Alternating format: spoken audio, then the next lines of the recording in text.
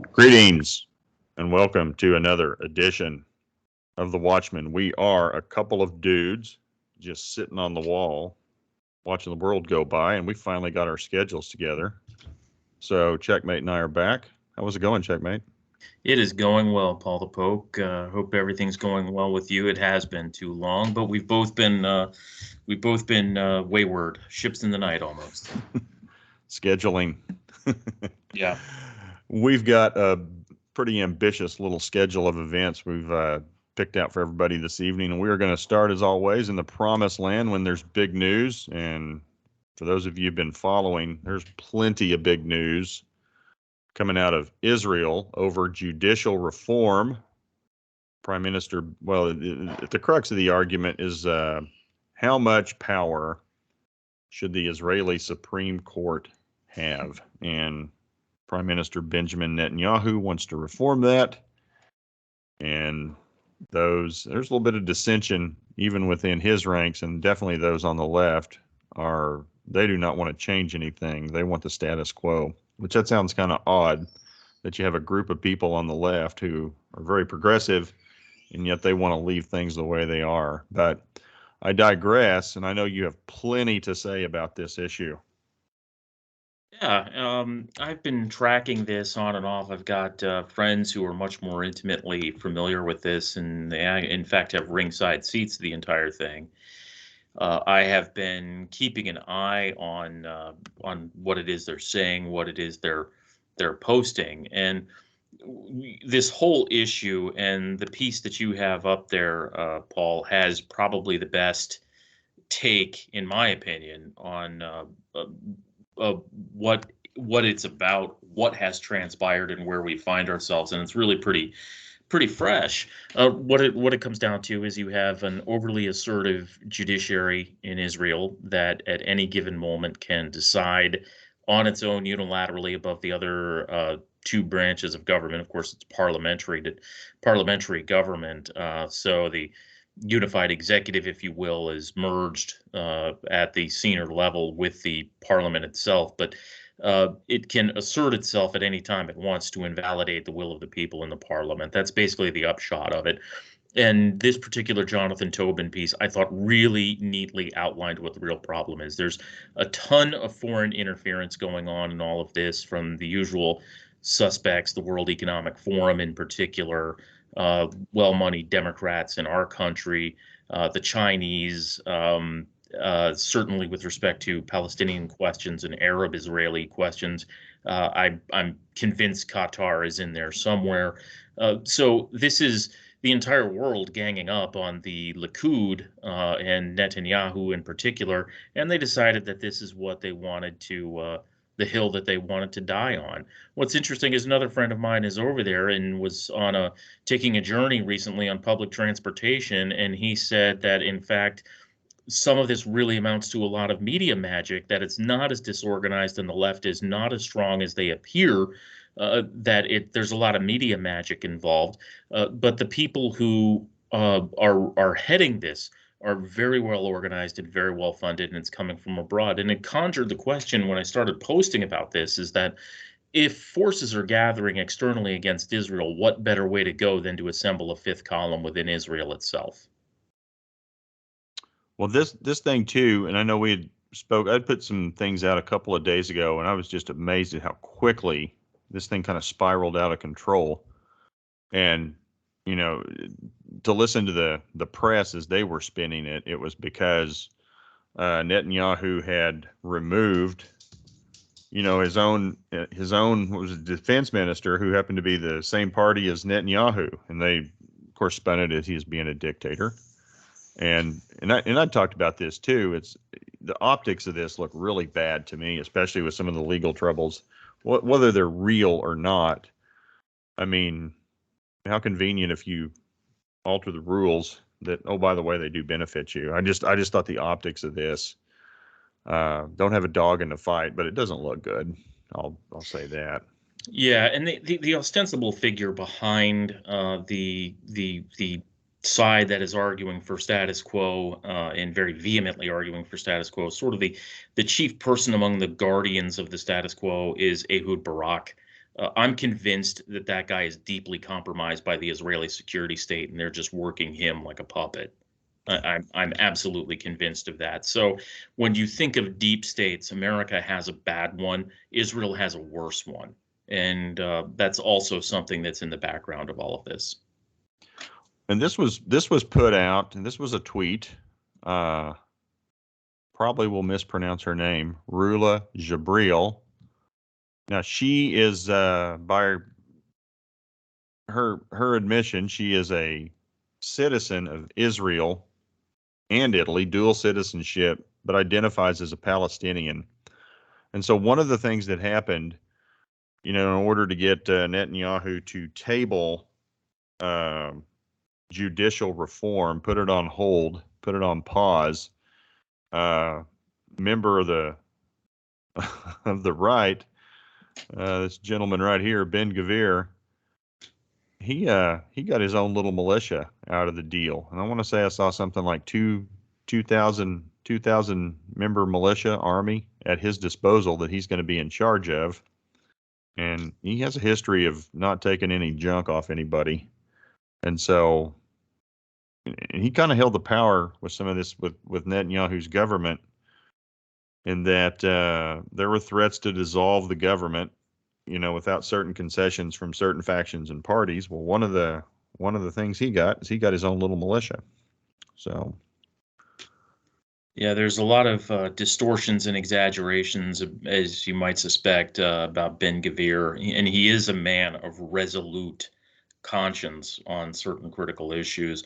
Bluntly, when I've actually heard comments attributed directly to him that I had high confidence were in fact his, I've never heard anything inhumane come out of him, but certainly very ardent, very tough, with a clear, faithful understanding of Israel's place, certainly in the region at least. And the stuff I've read, he's a straight shooter. There's very direct, no hidden agendas. Here it comes. Get ready. Both barrels of truth right in your face. Yeah, that's how he hits me anyway. So, yeah, plenty going on there. With that, we're going to shift gears, and we're going to take a look here at a map of Europe, Eastern Europe, and the highlights: Moscow, Belarus. Here's the border between Belarus, Ukraine. And we're going to talk a little bit. We're going to transition to Ezekiel 38. And for those of you who are new, Ezekiel 38 is a prophecy about Russia. So a leader of Russia, Gog, the ancient land of Magog. And if you do some studies, follow this out. Josephus connects the dots with ancient Magog. The Greeks called the Magogians, the Scythians.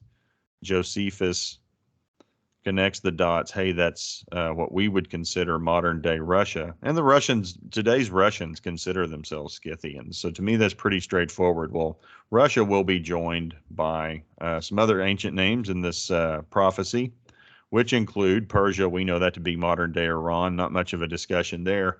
But when we look at Meshech, Tubal, Beth Dagomer, Togarmah, and Gomer, that's ancient names for Turkey. And that's what we're going to talk about. This group, as well as the many nations with you, will ultimately invade Israel from the far north with all its troops. And man, oh man, now, for those of you who have been following us, we've chronicled this for going on, 2 or 3 years or so now. But thereabouts. Yeah, and I've been following it since, oh gosh, really following it pretty hard since about fourth quarter 2015. So I've been chasing this thing for going on 8 years, and it just continues to build on itself. And then we had this within the last 2-3 days: Russia to station nuclear weapons in Belarus. And this is from BBC.com. Now, this was world news. I just chose BBC. So for those of you who want to hit all these links will be provided.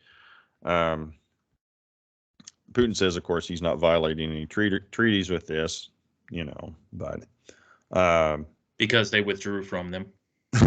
That's right.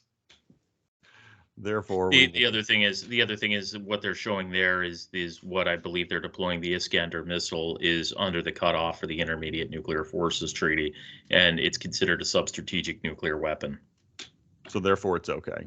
Yeah, therefore it's and the thing about substrategic nuclear weapons, some people call them tactical nuclear weapons, and there's semantic debates that go on in the field of nuclear strategy. But having done that work myself, among other things, one of the things I can tell you is that when it comes to substrategic nuclear weapons, the Russians have a decided advantage in numbers alone over NATO. So what we're talking about, as I understand it, and please correct me if I get this wrong, but Russia's wanting to move these tactical nukes to the Ukrainian-Belarusian border, which I'm highlighting with my cursor.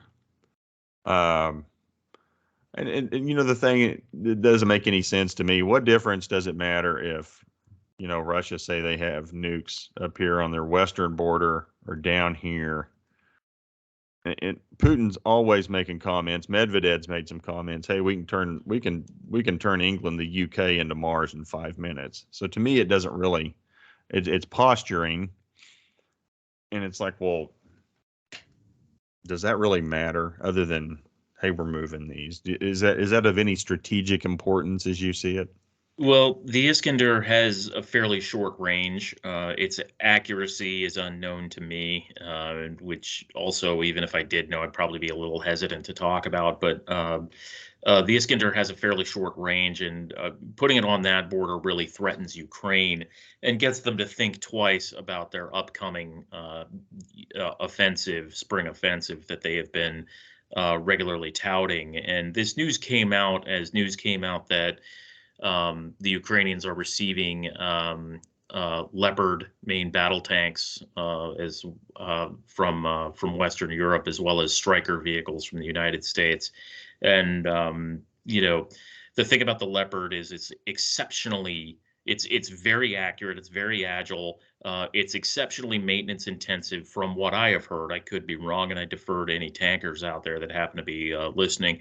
The Stryker itself has been riddled with problems since the day it was conceived. So whether or not the Russians are able to capitalize on whatever weaknesses they have there, it just seems to me the Russians have gotten into a regular rotational schedule of their forces. The army that they committed at the beginning of this battle is not the same. So I think that what the Russians are doing, in addition to deploying the Iskanders, they've made it known, we are rescinding our no first use doctrine, and they're allowing Kiev to understand, hey, if you push too hard, we still have this, and they're implying that they will use it.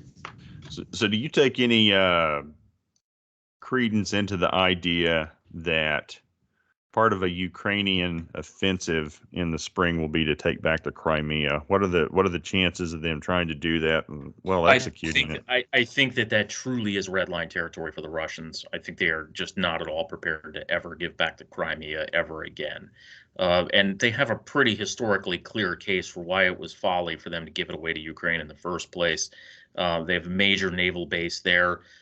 Should we end up in the Ezekiel 38-39 scenario with the Russians playing, which is what's written out for us by Scripture, that would be a key umbilical to that fight. Were it to be in danger, I think those nukes may very well be on the table. I would also note that some very capable people who I keep an eye on Twitter were marking that after the Russians announced this deployment, that a C-17 left New Mexico, believed to have tactical nukes, free fall bomb nukes. I think it's the B-61 free fall bomb, that they were taking them over to the Netherlands, and that was going to go into the NATO basket of tactical nuclear weapons. So here again, it's kind of a frightening picture, because I think that have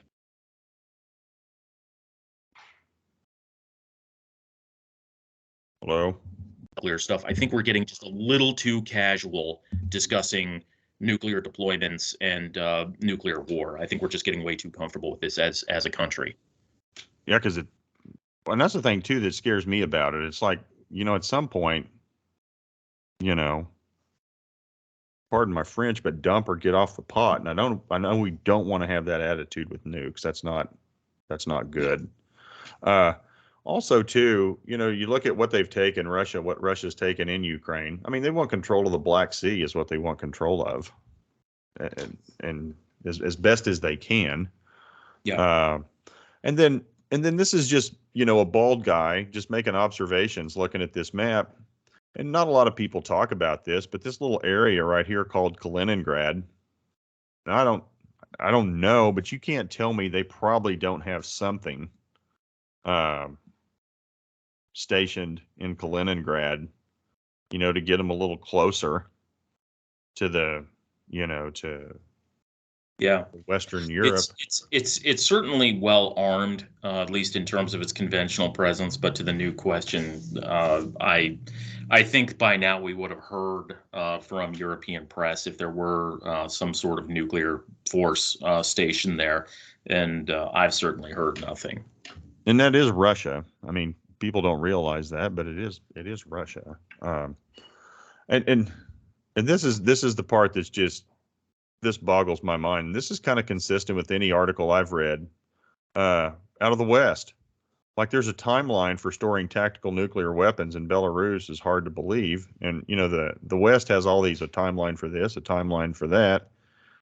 And as the West sees it, oh, he hasn't done it yet. Putin hasn't done it. They haven't moved any of the nukes. But you read some of the stuff coming out of Russia, and it's like, well, we've moved them. They're there, you know, depending on which one you read. And a lot of confusion. I would frankly tend to believe the Russians. That's just my take, reading all of it and watching it. I didn't know what you thought about that. I don't know. I'm so enamored of the Bud Light ad that you have going on the page there. The Bud Light's a great sponsor of The Guardian. Yeah. Here, drink this while reading The Guardian. You'll need it. Yeah, I mean, it would be hard for me to imagine that the Russians would undertake an indefinite forward deployment of substrategic nuclear weapons. It could very well be that they've announced they're going to do it, and they have all the plans in the world of doing it, but without some sort of formal structure. The Russians really are nervous about losing control of things, period. They're still a very centralized decision-making.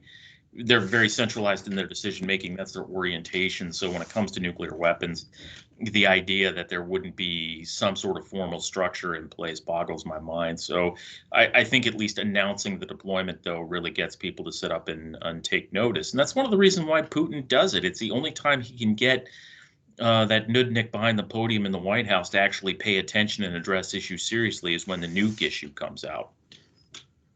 Interesting. So we have that, and then, you know, just like we talked about, and I'll go back to the scripture. I mean, the gang, as Ezekiel talks about, again, Magog, ancient Magog, modern day Russia, Meshech, Tubal, Gomer, Beth Dagarma, that'd be modern day Turkey, Persia, Iran, Kush, Libya, Put, that'd be Sudan, Ethiopia area of in Africa, and then the many nations. This is one of the things you pointed out to me. If you look at all the proxies that Iran has, you look at all the proxies in the old, I call them the old stand republics of the Soviet Union that Russia has, you can bet that whole bunch is getting together. And then here we have this. I mean, we just will be, Ezekiel just will be the author of this article. Yeah. Yeah, the band is getting together, and in terms of many nations with you, you have to remember that you know, if you had a flag for every country that the jihadis in Syria are from, it would look like a NASCAR sponsorship. There's just so many people from so many different countries running around Syria fighting with this or that cause, and so. Yeah, there's the many nations, and also the many nations with you from that day that Ezekiel would have written it.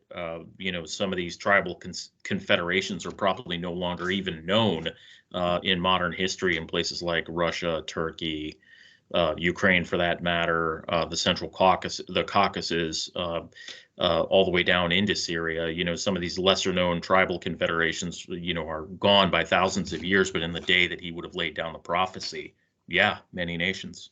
Yep. And we had in our little discussion before putting this together, you talked about how this meeting was structured, and that it was your opinion that the decisions have been made. I think people would find that very interesting. Yeah, I mean the article, as I recall, it's been a couple of days since I've read it. The article, as I recall, mentioned that it was more of a working level meeting, and sometimes the translations on that get a little rough in the field of diplomacy. That they'll say it's a technical meeting. Well, that means a working level meeting, and what that means is that the principals, the heads of state from these various places will have made some common decisions on how to proceed.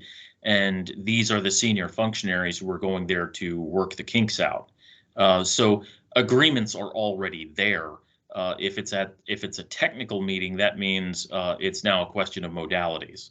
That whatever decisions are central to this, now it's how do we do it? That's it. And then, for those of you who have followed us for some time, as we've looked at this Ezekiel 38, 39 scenario, one of the things we've talked about is at some point the Jordanians are going to have to, something's going to have to give a little bit in Jordan. And the reason for that being, when you read the text or the prophecy by Ezekiel, it talks about that all these troops will come in from the north and enter through the Golan Heights, and then Sea of Galilee down into what is modern day Jordan. Here's Amman, Jordan. And then you found this. Was this one today? You found this today? Yeah, that's when the memory finally pushed it out, and it's a synopsis piece. It's not so much a direct translation. And here again, this is not one I was able to spend a great deal of time scrutinizing, but what it comes down to is in line with things that we have talked about, and certainly things I have put on Fighting Checkmates. The deteriorating state of the Jordanian monarchy vis-a-vis its relationship with Israel and its relationship with Iran, whereas their relations with Iran have been getting much more cozy. And that is in line with the Queen of Jordan being very activist on the Palestinian question, and now the Palestinians drawing, let's say, the plurality, if not the majority, of their foreign patronage from Iran.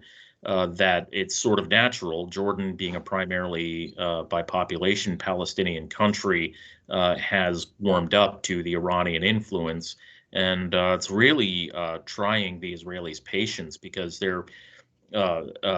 have all of these, the looming issue of Iran to have to deal with, but all of its proxies one by one. And now they're looking at a country being the Hashemite Kingdom of Jordan, and they're looking at a situation where is Jordan, has Jordan slipped into the frenemy category on its way to outright opposition, especially because with respect to the Temple Mount and Ben-Gvir's outlook toward the Temple Mount in particular, and how prominent he is in the ruling coalition. How do they untangle that? Because the Jordanians are, for all intents and purposes, the workforce on the Temple Mount. I'm glad you brought that up, because that's the first thing as you were explaining that whole scenario. I was like, oh yeah, the Jordanians have security allegedly on the Temple Mount, and security, and they do things like allow the tours in and so forth. And unfortunately, a lot of Americans, when they go over there to see the Temple Mount, they get really discouraged by the fact that it almost never opens up on time, but it sure does close on time. And I try to tell people, hey, look, this is not just Palestinian animus towards the Israelis. This is just frankly, the work ethic that comes in the non-Israeli Middle East. It's just very laissez-faire as to when they get to work and when they stop. And then, we're gonna drift a little further south. With the Arabian Peninsula, but we're also going to talk about the Chinese. And we chatted a little bit about this off air before we got started with this. When I looked at the end time scenario, and specifically the Ezekiel 38-39 scenario with Russia leading a charge into Israel. I always thought Russia would be the main power broker on an international stage in the Middle East at the time that happens. And that may still yet happen. But what I didn't see happening was China really asserting themselves big time in the last 2 weeks in the Middle East. And just look at what has happened. And this is from the Kobesi letter, as something I follow on Twitter. And this is just a nice little summary of what's happened in the last 2 weeks. Saudi Arabia considers accepting Chinese yuan for all oil sales. China and France complete their first LNG trade using yuan, which is kind of funny because China got that natural gas from Russia at a discounted price, and we're going to sell it to the French at an elevated price, and you're going to pay us a lot more. Russia considers using Chinese yuan as a reserve currency. Saudi Arabia partners with China to build refinery for 83.7 billion Chinese yuan. That's about $12.2 billion. We got an article coming up on that later. We're going to get into some details of that. China and Brazil agreed to Chinese yuan in cross-border transactions. Percentage of global reserves in the U.S. dollar is down from 72% in 99 to 59% currently. Well, yes, the dollar's dominance is decreasing is the answer to that question. And we talked about this as well, and this happened today. Saudi Arabia just announced a trade alliance with China, Russia, India, Pakistan, and 4 Asian nations to decrease reliance on the U.S. dollar. High inflation and the banking crisis are putting even more pressure on the U.S. dollar. And my concern is that we wake up one morning and, a combination of things, and this is not hyperbole, what I'm about to suggest. The Saudis, and they've been telegraphing this, they decide to stop doing their oil transactions in dollars, and they change to the yuan. And then combine that with China decides to, create a bunch of yuan out of the thin air, and then peg that little rascal at, say, 8-to-1, 9-to-1 ratio to the dollar. And I mean, we're in a different economic environment overnight, and that would be absolute craziness what that would do to markets. Yeah, it would be. I think you would see Americans really have to confront a change in their standard of living, and that is not my cute little way of saying that people are going to have to do with even less.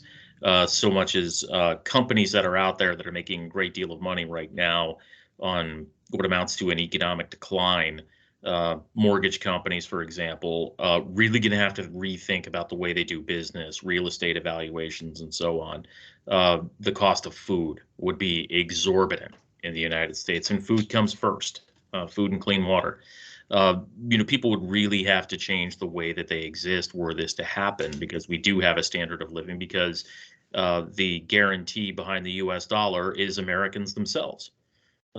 My belief is that the Chinese yuan as an economic instrument does not have the wasta to go the full distance of being a global reserve currency, but they can certainly knock us down a peg in the process of what they're doing. And by the way, this Twitter thread is one of the neatest summations of how the Chinese are running the boards on us over the past couple of weeks.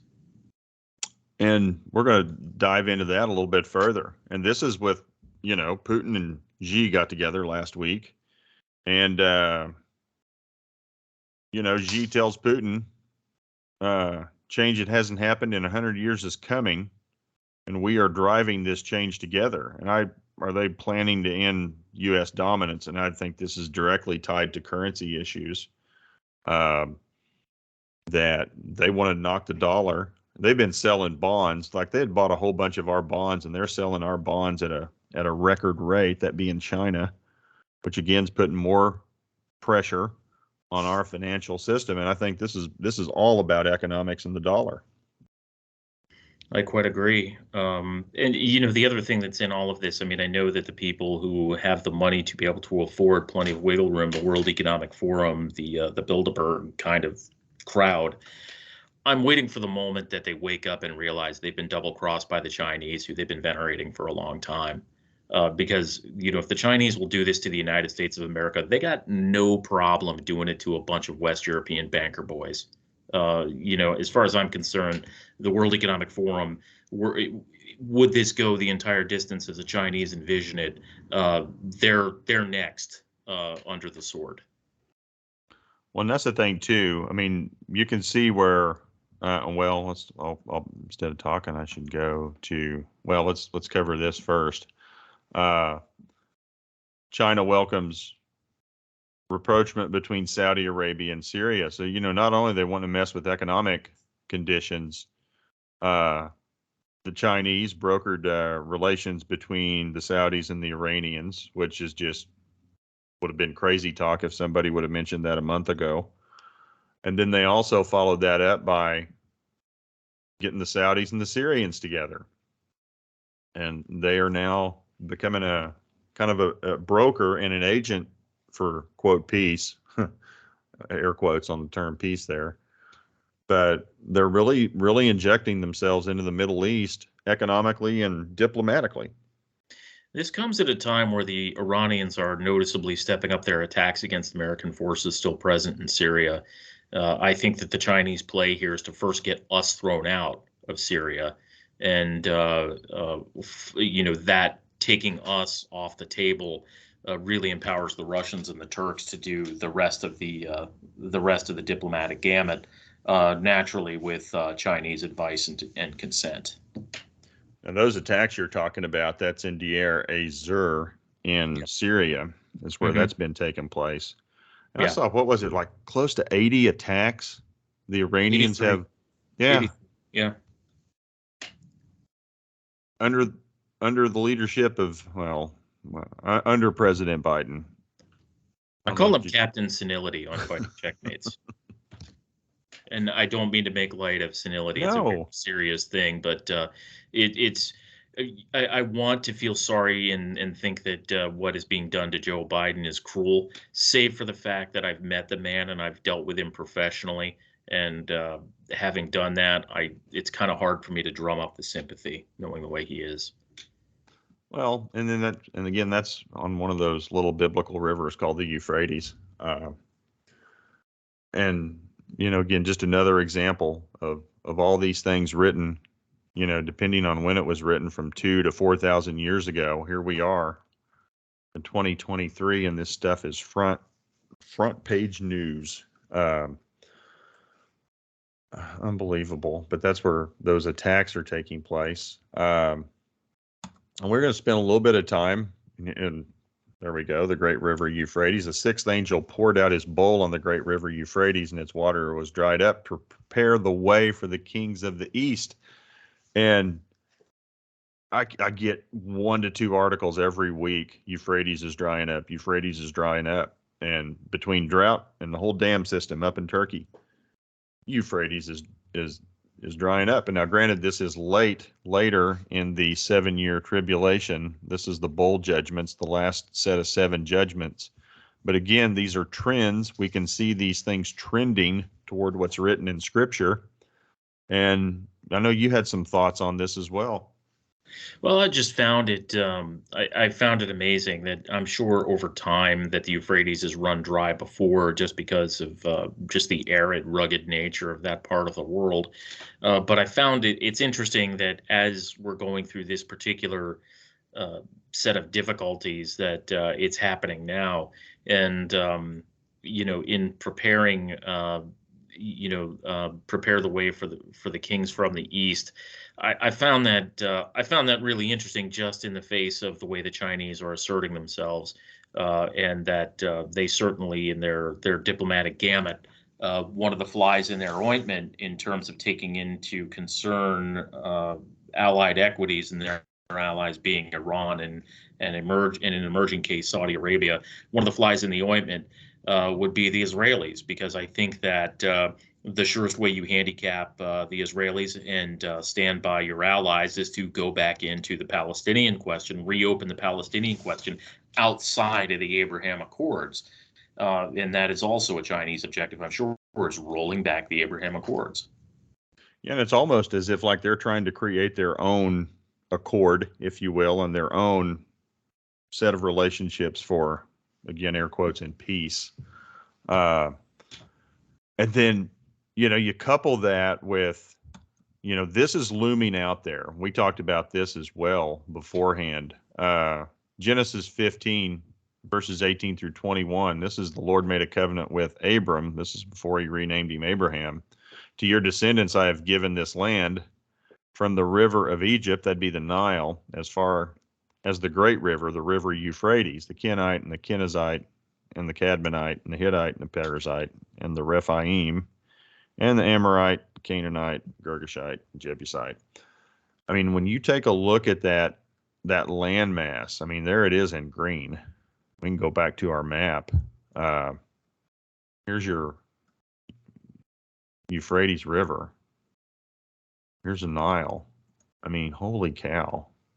Some people think that to mean there's probably going to be some sort of geographical change through here with all the upheaval that takes place during the tribulation. There's all kinds of volcanic, geological, earthquake discussion in Isaiah, Amos, Revelation. But look at that landmass, what will be the original land grant to nation Israel, to the Nile. Yeah, and the way I look at it is, you and I were talking about it in the pregame. Doesn't necessarily mean it's going to happen in our lifetimes, but God is the same yesterday, today, and forever.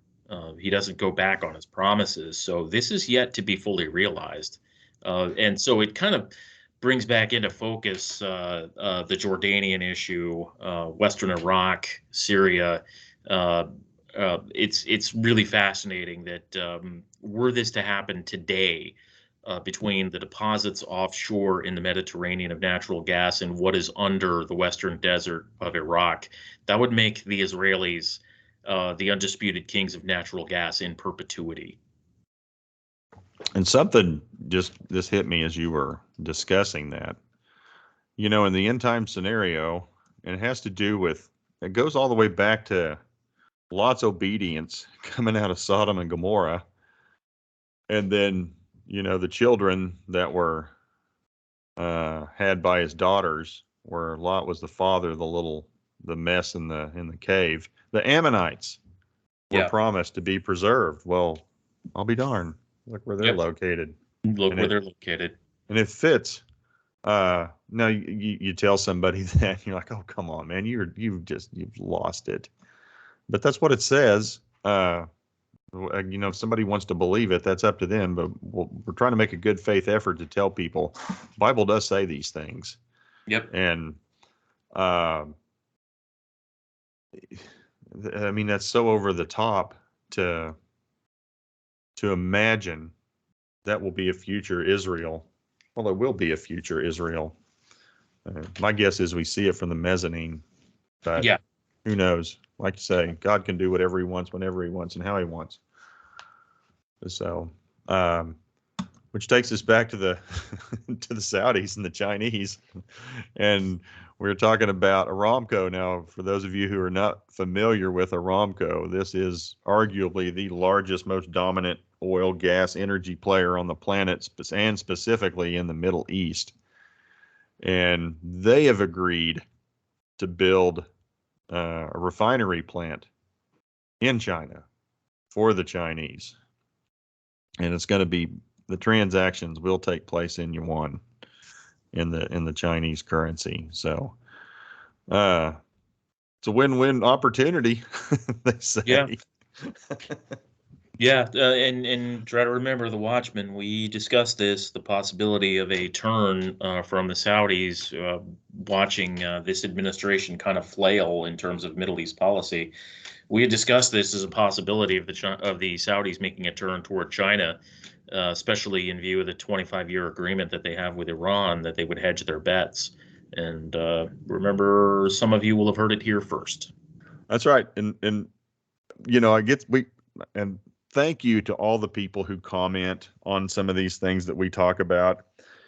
And yes, we understand that some of this stuff sounds over the top and crazy, but like we say, we're just a couple of dudes sitting on the wall reading the Bible and trying to make sense of it. And it, with each passing day, this stuff fits more and more, and it is like reading scripture is like reading these stories and these headlines, these news bites, and it's very confirming for me to watch this stuff happen and know that what we have in truth in the Bible is not a joke; it's a real deal.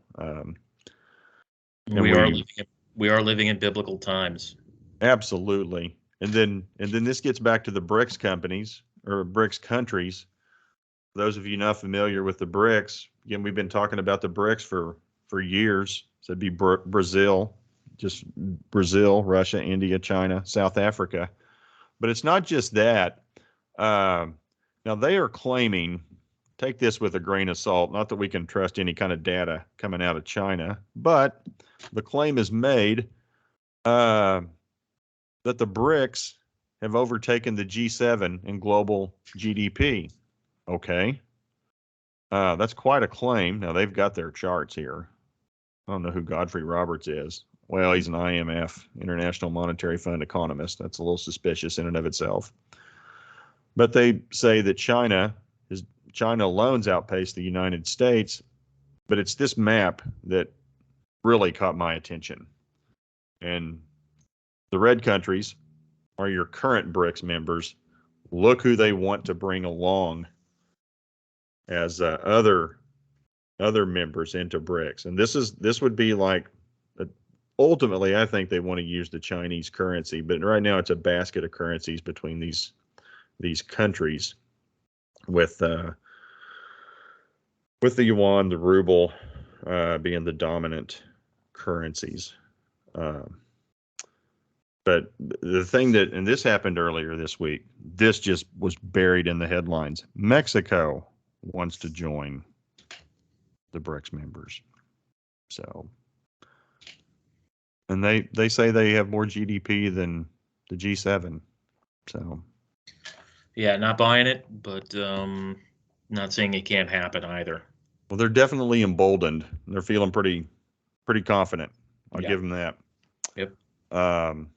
We'll see. I think the map is worth taking a look at that for sure. It just tells you where the Chinese are having their successes. Yeah, and especially and you look at energy, from the Saudis to Russia, Iran, Iraq, Middle East, all that energy is going east, south and east.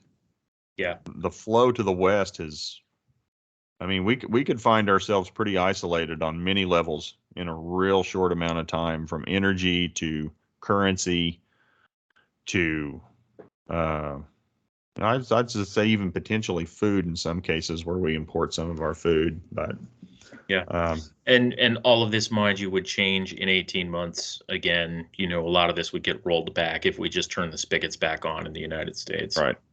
That's right. Yeah, we got plenty here. Yeah.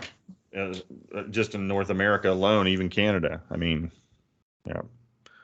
Well, and then you think also, I mean, this isn't discussed, but how much work Russia and even China's gone into Venezuela and talked with fine government officials there in Venezuela, which has the most oil and energy in South America.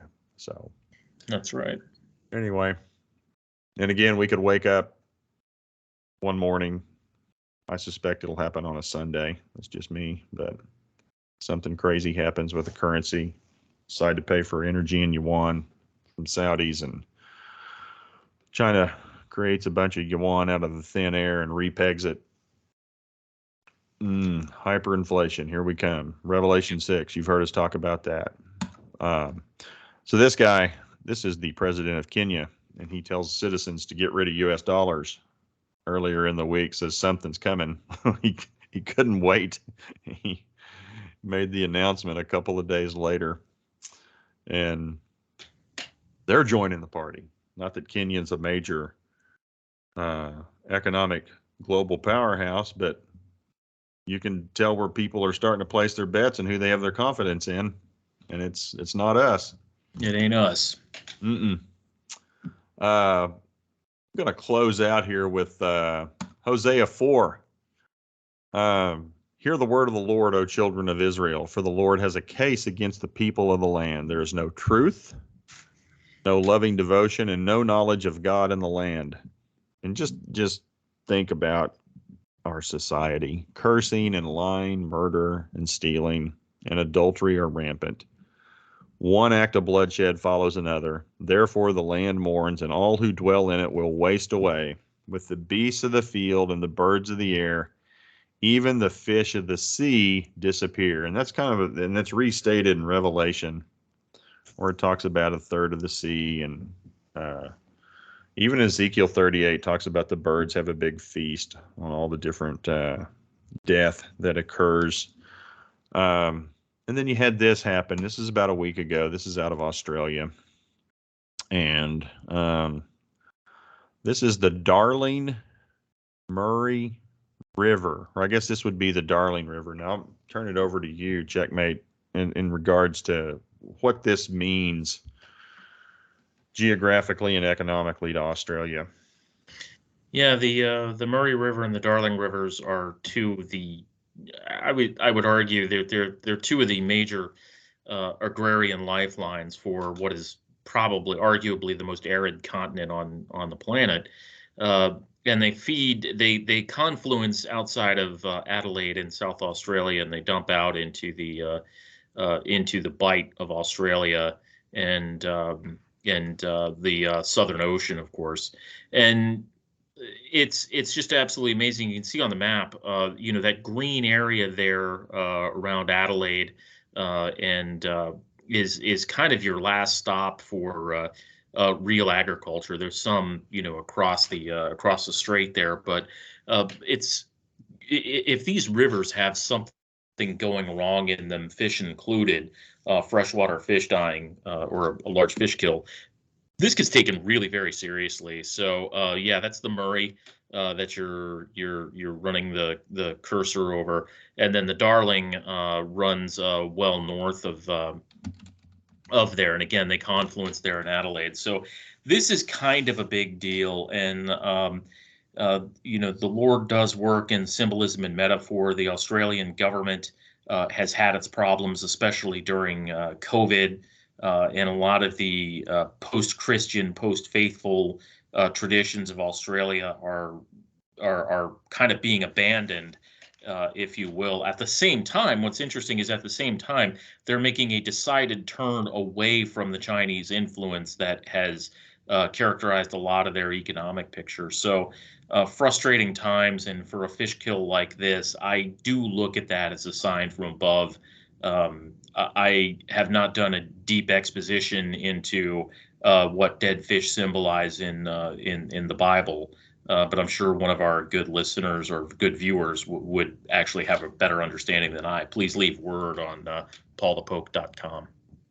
And that's the thing too, with these life fish, massive kills, deaths, die-offs, whatever you want to call them. We could do one of these every week.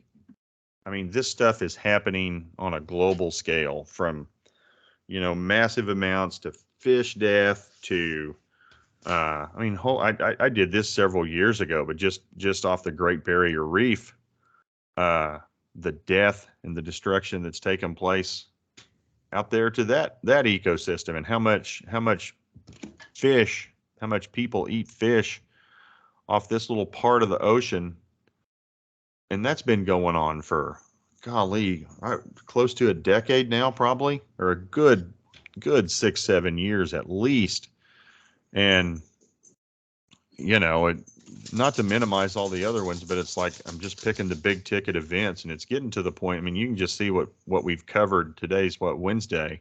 This is just since Sunday night what we've pulled up in 4 days. Yeah, there's been a lot more going on. I do my best to try to keep up with it over my midday break and post it on Fighting Checkmates. But it's there we go, Checkmates on ValorTube. And I'm noticing from looking at your your take of my page that I've got 30 friends. I didn't know I had that many. So feel free to visit us over at ValorTube and take a look. I know I've got a couple that comment pretty strong, and I'm grateful for any inputs. I just want to be a generator of discussion. And at a minimum, I have gotten notes from a couple of people who said, look, I read your stuff and that's my way of keeping up with this. I think if it's important enough for you to post it, then it must be important enough for me to follow it. Here's just a little taste of what Checkmate posts on ValorTube. And again, I mean, look at this. We're just covering the stuff that happened within the last day, and everything we've discussed this evening has been since Sunday evening. So we're not even at really 3 full days. Yeah, it's almost, it seems like it's been this way for the past, I don't know, year or so, Paul, that, it seems like you've got a year's worth of history happening in a week. Yeah. Yeah, and this week is no different. And I know those who have followed me for some time. I mean, I'm going to get this up probably tomorrow, but I'm also going to follow that up. We got the spring feast coming up about a week from today. And anybody who followed the blog understand, with the spring feast, Jesus fulfilled those to the day with his death, burial, and resurrection lined up on God's spring-appointed feasts. And big ticket news tends to happen in and around these feast weeks. And I don't think this will be any different. And then 50 days later, we get into Pentecost or Shavuot, Feast of Weeks. And something usually happens pretty big in and around that appointment. And then, 6 months later, well, by that time, you're probably looking at close to 4 months later, the fall feasts. And the events surrounding these feasts seem to be more intense. They seem to start escalating further out from the feasts, kind of a image of birth pangs, if you will. And, some of this gets pretty surreal. It's like, how long suffering, how patient will God be? When my outlook is that he is moving right now. He is really, really moving. And the reason why these events are foretold for us is that we know what to be alert for. And so with respect to the high holidays, I would also argue that some things happen that are real surprises because the enemy is active too. And, absolutely. As we say in government, the enemy gets a vote. Yeah. In fact, speaking of the enemy, and I'll do reminds me of some of my thoughts. I think they're worth repeating. This is, and I put this up, I believe it was 2 days ago. Israel divided had to do with all the judicial reform and the protests. But I'll skip down here to the bottom. And again, we don't know when the actual time is, but we see things coming that point to, hey, it's getting closer. But if you take a look at Israel right now, you cannot convince me that Israel is not looking for a political leader who will bring unity and healing to that country. And if time is winding down and we are truly on the verge of Jesus's second coming and arrival, whether he gets us in the clouds or he comes back to the planet, there is a bad guy out there who's probably alive watching all this happen. And I guarantee you that dude is scheming as to how to work this. And, man, oh man, be on alert, pay attention, use your brain and think and discern and be cautious and thoughtful and considerate. Know what's going on. Find ways to find news, because our press is not covering it. And it's not. I am noticing, Paul, that the more I post on Fighting Checkmates, the more I'm increasingly going to some really unorthodox foreign sources. Yeah, same here.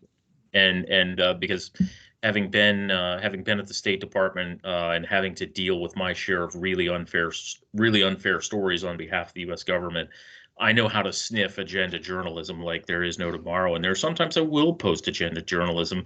And even in the stuff that I post, I ask people be discerning in what you extrapolate, because I will post things and I'll say, hey, this is controversial. I may not agree with all of it, but it's worth your time to consider it. And I think that's one thing that we both try to do. I like to try to find divergent opinions. I don't think either one of us want to be, spill the company line for a political ideology or whatever. But pay attention. Listen to what other. I mean, some of these jokers, and I'll say this about evil in the time we're living in right now. It used to be, oh, evil's this conspiracy theory. It's not anymore. It is out and it's in your face and it's telling you what it's going to do. That's right. It's not hiding anymore. It is out and it's bold and brazen. I think it's attributed to Dostoevsky. I could be mistaken that when somebody tells you what they're going to do, try to listen to them. Yeah. Yeah. That's interesting. You're the second person who's quoted him to me this week. Yeah. Said the same thing. Yeah. Yeah. I'll be darned. How about that? You have any closing thoughts? God bless all of you. It's been a pleasure as always. We'll try to do this a little more regularly. Outstanding. And thanks for everybody who has followed us in the past. And we also like to welcome all the new folks who are listening. I'm learning that I need to be reminded that we have new people coming on all the time. So I appreciate you folks as well. Please share this with other people. Again, we're just a couple of dudes watching the world go by. We're trying to make sense of it. We're trying to get you guys some good, decent, honest, legitimate information about what we see going on in the world. So with that, we'll close out. Thanks a lot. Y'all have a great one.